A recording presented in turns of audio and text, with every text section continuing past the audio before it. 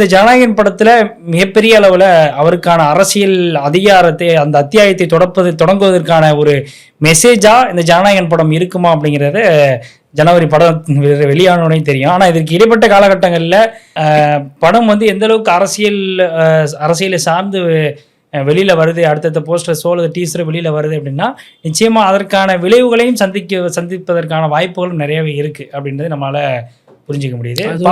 இப்போ ஒரு விஷயம் சொல்லிட்டு இருக்காங்களே, இந்த கரூர்ல கூட்டத்தை காட்டுறது, போற இடங்கள்ல எல்லாம் கூட்டத்தை காட்டுறதெல்லாம் ஹெலிகாம் வச்சு ஷாட்லாம் எடுக்கிறாங்க, அதெல்லாம் ஜனநாயகன் பட ஷூட்டிங்காக யூஸ் பண்ண போறாங்கன்னு நிறைய சொல்லிட்டு இருந்தாங்க.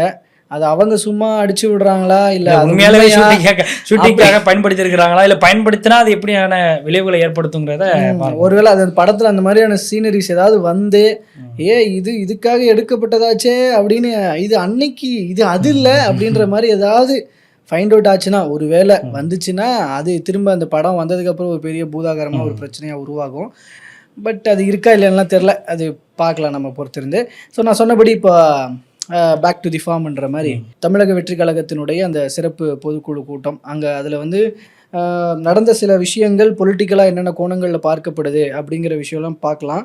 அதில் முதல் கட்டமாக அந்த தீர்மானங்கள் எல்லாம் விஜய் ஸ்பீச்சு, ஆதவ் அர்ஜுனா ஸ்பீச்சு இதுக்கெலாம் வருவோம்.